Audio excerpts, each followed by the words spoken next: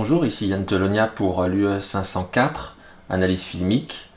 Je vais faire l'analyse de la deuxième séquence qui est celle du bal qui va de la minute 5 à la minute 13. Je vous rappelle bien sûr que vous êtes encouragé à revoir la séquence par vous-même, prendre des notes sur les commentaires que je fais et bien sûr ajouter toutes les interprétations et repérages que vous-même pourrez faire. Donc voici la fin de la séquence précédente. On avait un zoom arrière sur la maison de la famille Bennett avec la musique qui était extradigétique, intradigétique du piano qui s'estompe et s'arrête. En même temps que la musique du bal monte en crescendo à mesure que la porte s'ouvre et à nouveau comme dans le processus qui consistait à nous faire découvrir la famille Bennett, la caméra assumait la hauteur d'un visage humain. On a le même phénomène ici. Et à nouveau, nous sommes invités à l'intérieur de l'édifice dans lequel se déroule le bal. Vous noterez également la dimension de spectacle, de théâtre. Les portes s'ouvrent un peu comme le rideau se lève sur une scène de théâtre.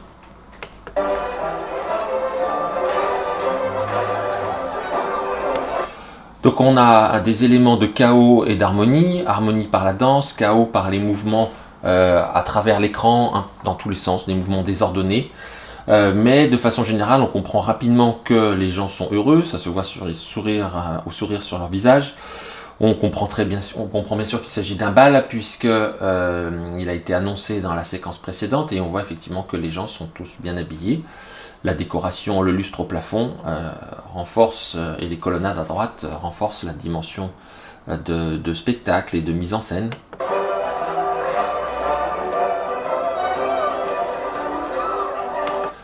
La caméra qui se promène à nouveau comme un visiteur à travers les différents groupes de danseurs, de spectateurs, nous montre des personnages que nous connaissons et en profite pour introduire des personnages que nous ne connaissons pas. Ici, nous avons Charlotte Lucas, la meilleure amie d'Elizabeth Bennet, que nous retrouvons ici avec sa sœur Jane. Et juste auparavant, on a vu le visage de la sœur la plus délurée.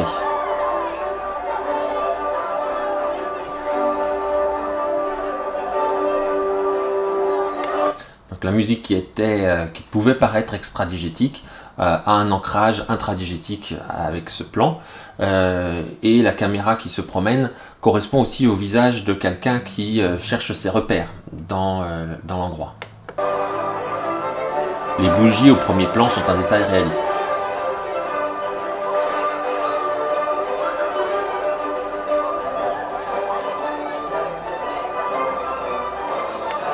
Les deux sœurs qui se chamaillaient dans la première séquence sont cette fois complices. À droite, on retrouve la sœur sérieuse qui joue du piano et le couple Bennett.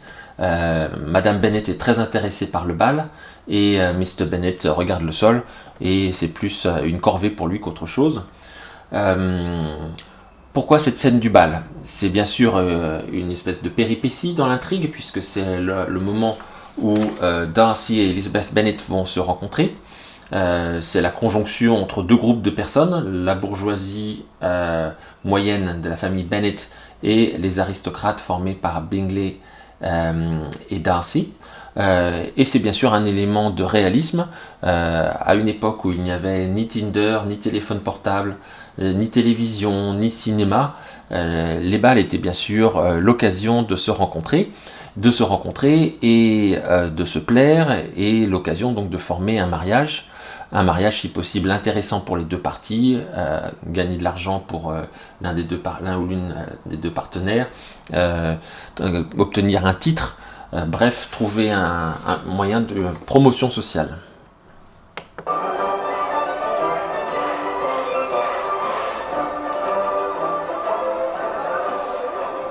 Le claquement des mains des danseurs et des danseuses pourrait indiquer, selon le proverbe français « jeu de main, jeu de vilain », c'est-à-dire jeu de paysan, qu'il s'agit de danse provinciale, campagnarde, qui n'est pas de la même nature sociale, la même classe sociale que les aristocrates qui vont faire leur apparition dans quelques instants.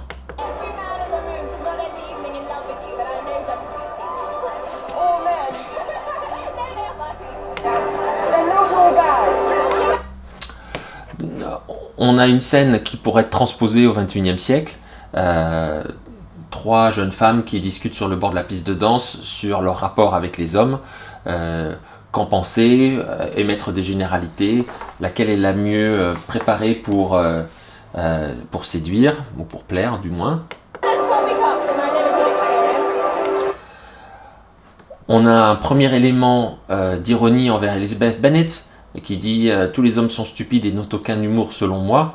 Elle ne se doute pas qu'elle est sur le point de rencontrer l'homme de sa vie, en tout cas son futur partenaire.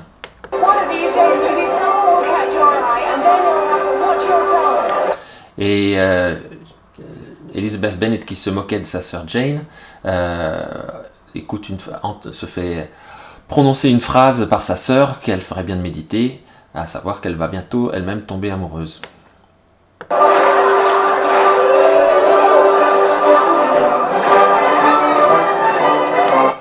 L'arrivée des 3 aristocrates est marquée par une caméra fixe, à l'inverse de la caméra mobile, mouvante, exubérante des premières scènes dans le bal, et ménage un effet de suspense par les ombres ténébreuses qu'il marque à l'écran, en cachant le reste des danseurs.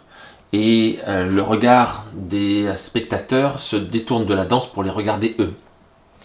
Au milieu, Darcy, Bingley et la sœur de Bingley. Darcy, le plus ténébreux des 3, occupe la place centrale.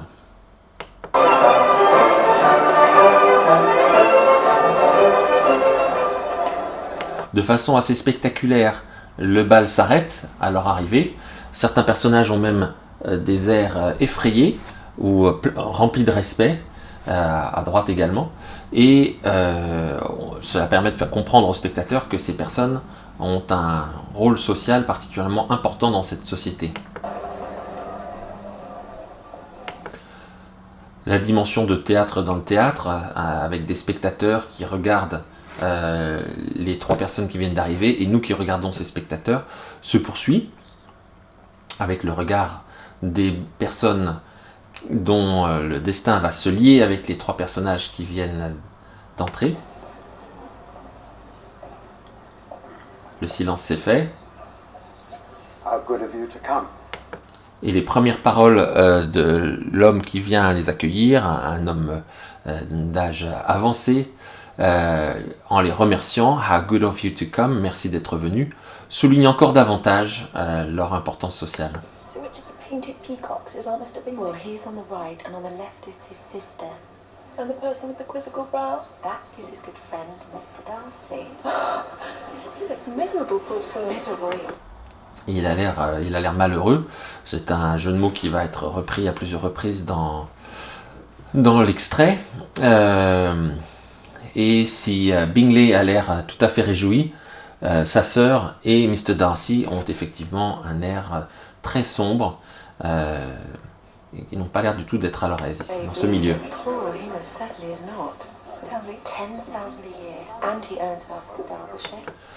Charlotte Lucas, à la gauche d'Elizabeth Bennet, connaît tous les ragots et tous les détails sur tous les personnages qui viennent d'entrer. Elle les a présentés et elle souligne qu'il est très riche, largement aussi riche que Bingley.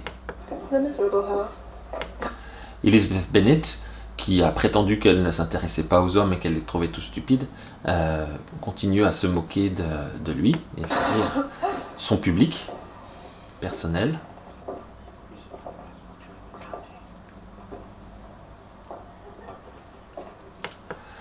Le regard rapide échangé entre Darcy et Elizabeth Bennet semble le marquer. Il semble réfléchir et avoir été surpris, tandis qu'à l'arrière-plan, on voit les 2 jeunes sœurs qui sont souvent là à glousser et à échanger des ragots.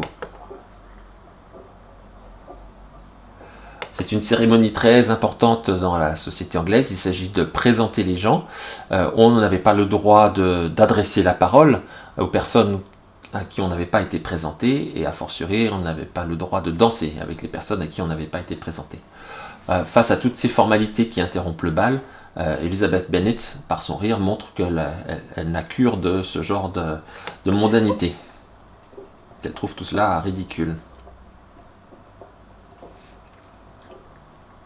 Un peu à la manière d'un roi qui arrive, Darcy est mis au milieu de ses deux compagnons et ils vont en quelque sorte présider, tous les trois ils vont présider au bal.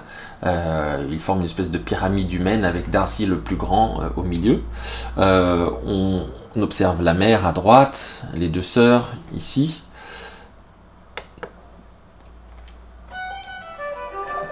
La musique du bal revient, les couples se forment. Et connexion avec la séquence précédente, Madame Bennet insiste pour que Mr. Bennet continue les formalités afin de présenter les filles. C'était son idée, l'idée étant de marier absolument l'une d'entre elles à Mr. Bingley.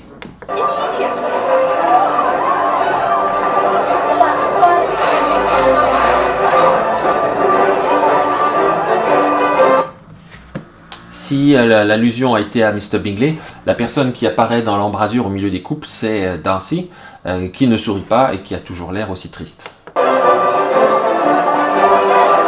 La mère utilise le rythme sautillant de la danse pour se faufiler et faire avancer ses plans, car on a vu que au visage de M. Bennet que cela ne l'enchantait guère d'aller à nouveau plus ou moins s'humilier devant des aristocrates pour essayer presque de vendre ses filles. L'attitude d'entremetteuse n'est pas un rôle qui fait peur à Madame Bennet et elle se lance à corps perdu dans cette entreprise pour marier l'une de ses filles.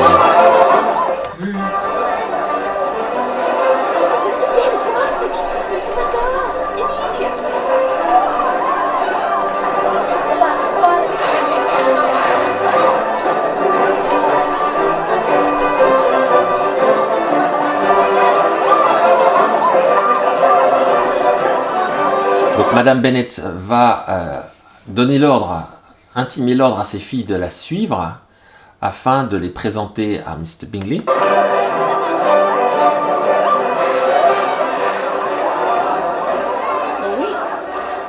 Bingley, my eldest daughter, you know, Mrs. Bennet. La famille Lucas présente aussi sa fille, Charlotte Lucas, et il y a la fille sérieuse, Mr. Bennet qui est mis à l'arrière-plan car cela l'intéresse guère, et on peut lire toute l'attente de Madame Bennet dans son visage. Miss Jane Bennet, Elizabeth and Miss Mary Bennet. It is a pleasure. I have two others, but they're already dancing. J'ai deux autres filles, bien sûr. Et si Bingley a un visage radieux, agréable, ce n'est pas le cas des deux autres.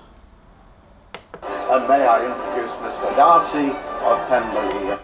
Quand le nom de Mr. Darcy est prononcé, vous avez repéré sa gêne, et tandis que la sœur semble regarder d'un air de mépris et de défi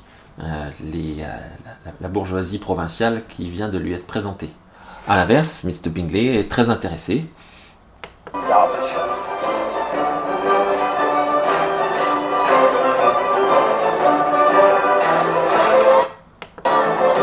Le chaos de la danse est montré à nouveau par la caméra qui est immergée au milieu des différents couples. C'est la fin d'une danse.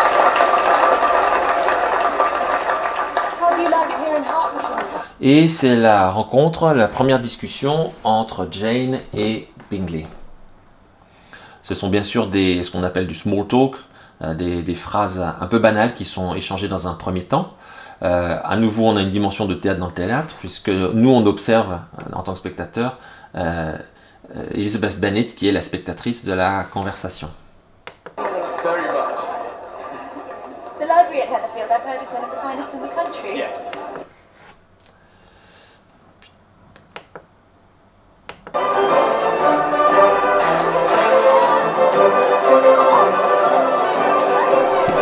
Je recommence parce que le film s'est bloqué.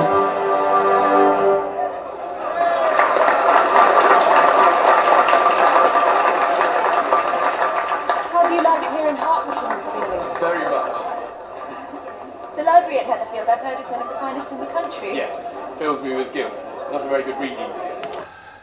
Elizabeth Bennet parle d'un sujet qui sert de connexion avec la première séquence. Elle aime lire et donc elle évoque la bibliothèque. C'est aussi une manière de dire qu'en province, ils ont des divertissements. Et cela fait un flop avec Mr. Bingley qui dit qu'il lit très peu. Being out of doors. I mean, I can read, of course, and I'm not suggesting you can't read out of doors, of course. Il s'en mêle dans les différentes paroles en essayant de justifier pourquoi il ne lit pas. Il essaye d'expliquer qu'il n'est pas un idiot et qu'il sait lire, mais en faisant cela, il ne semble que confirmer le fait qu'il est mal à l'aise et légèrement idiot, sous le regard de Darcy, qui a l'air de ne pas considérer d'un bon œil cette conversation. Of course. I wish I read more, but there always seems to be so many other things to do. Yes, that's exactly what I meant.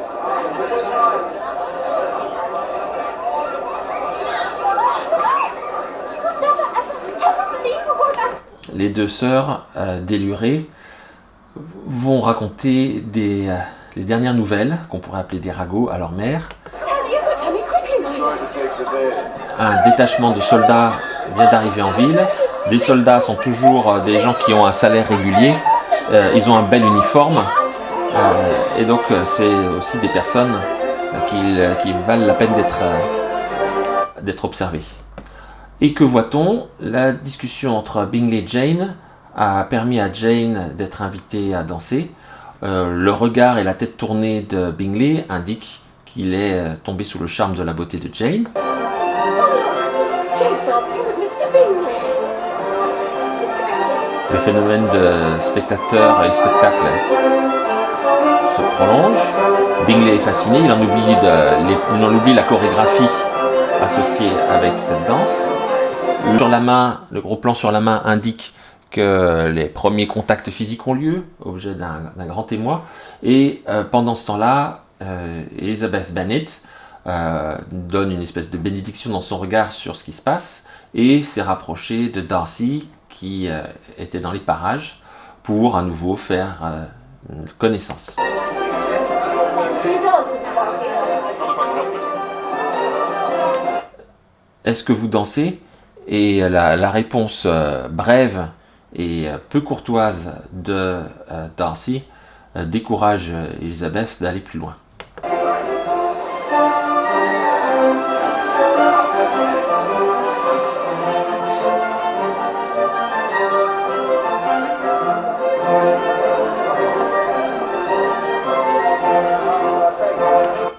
Donc nous avons un enchaînement de différents plans. Au premier plan, les différents spectateurs du bal. Au deuxième plan, Elizabeth Bennet qui observe Jane Bennet et Bingley. Didn't know you were coming to see me. What's the matter? We are a long way from Grosvenor Square, are we not, Mr. Darcy? La sœur de Bingley, de façon ironique et par euphémisme, signale la distance sociale qui les sépare de la bourgeoisie provinciale, Grosvenor Square étant un endroit riche et aristocratique de Londres. Et si Darcy cligne des paupières, il ne donne pas un accord verbal à ce qu'a dit la sœur. On voit en quoi se noue l'ambiguïté du personnage de Darcy, à la fois beau ténébreux, revêche, donc mauvais caractère, mais proposant des signes qui peuvent être interprétés dans deux sens, ou bien de l'antagonisme et de l'animosité, ou bien au contraire de la timidité et un refus de parler avec certaines personnes, surtout quand il ne sait pas trop quoi dire. Après cette ellipse, on retrouve les deux amis Bingley et Darcy qui se déplacent dans le bal et c'est le tour d'avoir l'opinion des garçons après avoir eu l'opinion des filles. Donc après l'opinion des filles sur les garçons, on a l'opinion des garçons sur les filles. She is the most beautiful creature I have ever beheld. Vous avez remarqué l'effet de cadre dans le cadre, cadre de l'écran de cinéma, plus le cadre de la structure en bois, derrière les deux femmes, et à nouveau le phénomène de théâtre dans le théâtre. Nous, spectateurs, nous observons des spectatrices qui observe les gens qui sont montrés sur scène. But her sister Elizabeth is very agreeable. Perfectly tolerable, I dare say. Not handsome enough to tempt me. You better return to your partner and enjoy her smiles. You're wasting your time with me. Et on a un premier élément de péripétie. On apprend que l'attirance possible de Jane pour Bingley est tout à fait réciproque. Du moins, Elizabeth pourra le rapporter à sa sœur Jane.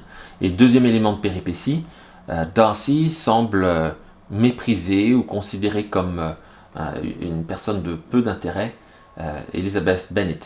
C'est bien sûr un élément d'ironie dramatique pour nous, lecteurs, spectateurs, qui connaissons l'issue de l'intrigue.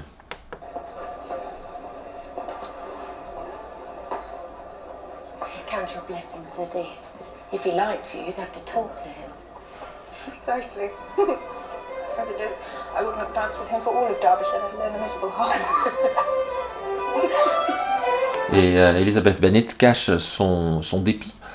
Pas forcément un dépit amoureux, mais simplement un dépit qu'on ait mal parlé d'elle, sous des plaisanteries. On a vu qu'elle avait beaucoup d'esprit à différentes reprises, et elle formule très bien de quoi se consoler. Et la musique qui repart en crescendo, intégrant Elizabeth Bennet et Charlotte Lucas, avec Bingley à gauche, indique que la mixité sociale fonctionne bien. On voit l'une des deux sœurs délurées à droite, et que le bal bat son plein.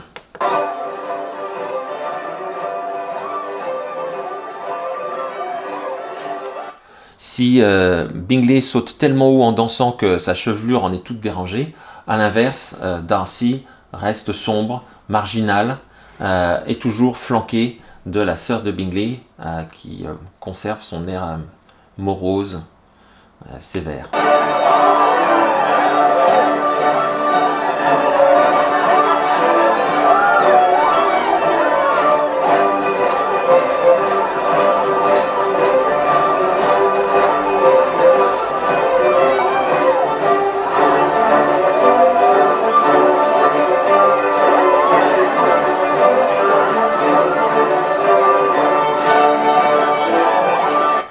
On a presque un effet de chant contre chant entre les deux aristocrates, Darcy et la sœur de Bingley, qui sont immobiles, sérieux, raides comme des piquets, et à l'inverse, la foule des couples qui virevoltent.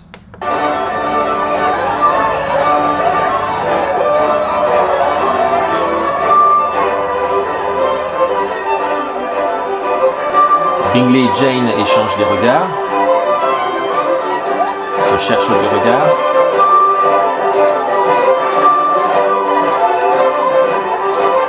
Sous l'œil de Elizabeth, la mère prétend se sentir mal, le père essaye de s'occuper des nerfs de son épouse, mais il est plus intéressé par le verre de vin qui est en train de circuler.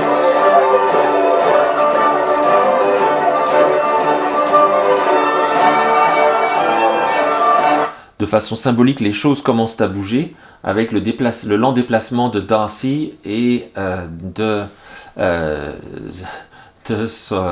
la sœur de Bingley. On se demande, vont-ils sortir, vont-ils quitter le bal, tellement ils s'ennuient, tellement ils ne peuvent supporter d'être au milieu de ces provinciaux.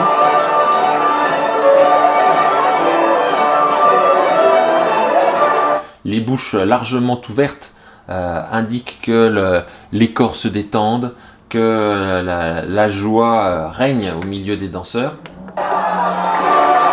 Bingley est tout transpirant.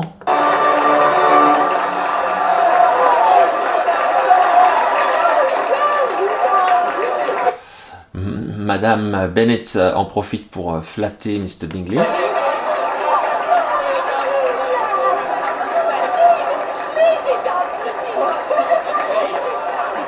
La mère reprend son entreprise d'entremetteuse. Oh, yes, I adore her. It is a pity she's not more handsome. De façon un peu grossière, la mère essaye de placer sa fille aînée, Jane, et de diminuer les possibilités de Charlotte Lucas de faire une rencontre qui pourrait mener à un mariage. Of course, it's my Jane who is considered the beauty of the county. When she was only 15, there was a gentleman so much in love with her that I was sure he would make her an offer, however. Donc la mère, pour faire naître le désir chez l'un des deux hommes, utilise le désir mimétique selon René Girard, c'est-à-dire on n'aime que ce qui est déjà aimé par quelqu'un, et en signalant que, en vantant la beauté de Jane et en disant qu'elle a échappé de peu au mariage et donc elle est très convoitée. Au loin, le père qui laisse son épouse faire et qui est à nouveau un spectateur d'une autre scène. He did write her some very pretty verses. Does that put Peter to it? I wonder who first discovered the power of poetry in driving away love. À la fois pour intervenir et apaiser l'embarras de sa sœur aînée et la situation gênante qui est cousue de fil blanc de la mère, Elizabeth Bennet intervient et par un trait d'esprit signale un paradoxe, la poésie servant à éteindre l'amour. Et on voit pour la première fois Mr. Darcy qui semble se réveiller, trouver de l'intérêt à la conversation. Et voulant montrer que lui aussi a de l'esprit, et en fait il emprunte l'esprit de Shakespeare en citant le tout début de Twelfth Night, La Nuit des Rois. If music be the food of love, play on, give me excess of it, and that my appetite surfeiting may so die. Et Of a fine stout love it may, but if it is only a vague inclination, I'm convinced one. Et sans se démonter, Elizabeth Bennet donne des explications et des arguments à son paradoxe. For a sonnet will kill its stone dead. So what do you recommend? To encourage affection. À la provocation de Elizabeth Bennet par son paradoxe, Mr. Darcy essaye de la prendre à son propre piège et la défie à son tour. Que recommandez-vous pour stimuler l'affection? Et vous avez repéré le phénomène de champ contre champ. On a le visage d'Elizabeth, le visage de Mr. Darcy, le visage d'Elizabeth. Et la caméra ne prend presque plus dans son cadre des personnages connus, indiquant qu'il y a un duel qui est en train de se dérouler. Dancing. Et sans se démonter, avec un menton justement qui est levé en signe de défi, Elizabeth Bennet a une réponse rapide. La danse, danser, voilà ce qui encourage l'amour. Et elle cite la phrase qu'elle avait entendue de la bouche même de Mr. Darcy pour montrer qu'elle n'est pas dupe et qu'elle a entendu cette conversation. Et, le but étant de l'embarrasser à son tour. Even if one's partner is barely tolerable.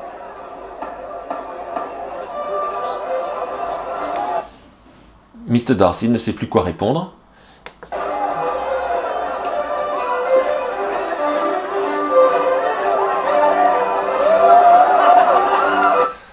Et Elizabeth sourit, puis soupire, montrant que sous l'apparence joviale de ses réparties, elle était en fait un peu tendue.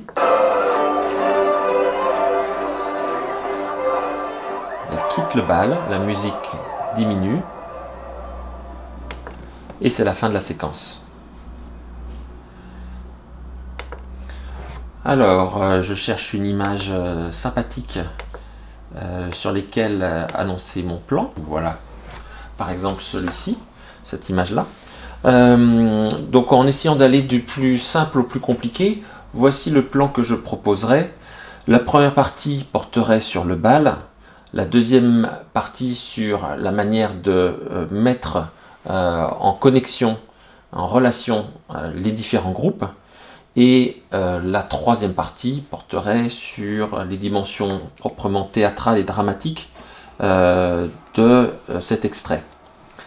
Donc la première partie, que j'intitulerai tout simplement le bal, montrerait les différents éléments qui sont mis en scène lors d'un bal de façon traditionnelle. Il s'agit de s'amuser, on a de nombreuses scènes de liesse. Petit 2, c'est l'occasion de faire des connaissances, de retrouver des personnes qu'on n'a pas vues depuis longtemps, d'échanger des informations, notamment sur l'arrivée des soldats. L'annonce de l'arrivée des soldats et des officiers peut apparaître comme un pur ragot, comme un élément pour stimuler le désir des deux filles délurées, mais d'un point de vue dramatique, je vous rappelle que c'est aussi l'annonce de l'arrivée de Wickham, le méchant du film en quelque sorte, la part sombre de Darcy, son double. Petit 3, les balles, d'un point de vue réaliste à l'époque de Jane Austen, sont bien sûr l'occasion de flirter et éventuellement de trouver un bon parti pour un futur mariage. Se marier, c'est bien sûr l'idée de se connecter, donc cela m'amène à la deuxième grande partie, que j'intitulerai Connecting en anglais, donc créer des liens, nouer des liens. En petit 1, on pourrait consacrer la première sous-partie à la description de tous les personnages anonymes, le fait de danser, de boire, la référence à la boisson, d'être heureux, et la musique joyeuse avec le mouvement de caméra qui va montrer l'ancrage intradigétique de la musique. Ces villageois sont à opposer aux aristocrates, notamment au moment de l'entrée des aristocrates, ce qui m'amène au petit 2, de ce grand 2, le trio formé par Bingley, sa sœur et Mr. Darcy. Dans cette partie, j'analyserai notamment les regards échangés et les jeux de visage, soit un visage amène dans le cas de Bingley, soit au contraire un visage fermé et sombre dans le cas de la sœur de Bingley et de Mr. Darcy. Ce trio, tout dans ce trio souligne la différence de classe sociale, soit implicitement, par des attitudes immobiles face aux danseurs mobiles, par leur mise en scène sur une estrade à part, trônant, ou bien par les commentaires explicites de la sœur de Bingley. On est loin d'un autre quartier riche à Londres, Grosvenor Square. Et petit 3, c'est l'occasion de connecter le groupe des aristocrates avec le groupe des personnes que nous connaissions. C'est la mise en présence des Bennet, de Charlotte Lucas, et des 3 aristocrates. Cette rencontre entre ces deux groupes sociaux se déroule sous différentes perspectives. Cela m'amène à mon grand 3, que j'intitulerai Perspective et péripéties. Dans un premier temps, je soulignerai l'effet de théâtre dans le théâtre, de spectateurs intégrés lors de différentes scènes. J'en ai parlé abondamment lors de l'analyse filée de la séquence. Petit 2, j'étudierai différents couples qui sont potentiellement en train de se former avec leur frustration. D'abord, petit A du petit 2, le couple de Bingley et Jane, les regards échangés, les mains tenues.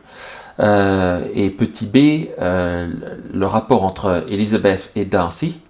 Ce qui m'amènerait au petit 3, les jeux de domination et les joutes verbales qui ont lieu entre Darcy et Elizabeth. En conclusion, je signalerai que ces différents éléments et rebondissements ont permis de lancer 2 intrigues qui sont nouées.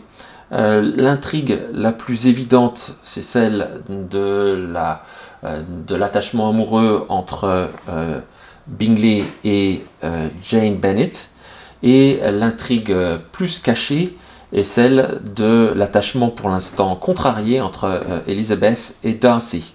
Vous noterez qu'il y a une 3e intrigue encore plus cachée, qui est celle de l'annonce de l'arrivée de Wickham. Son nom n'a pas été prononcé, il est présent dans le vocable officers, officier, mais c'est une 3e intrigue qui commence à s'amorcer. Voilà, c'était la fin de ma 2e analyse filmique.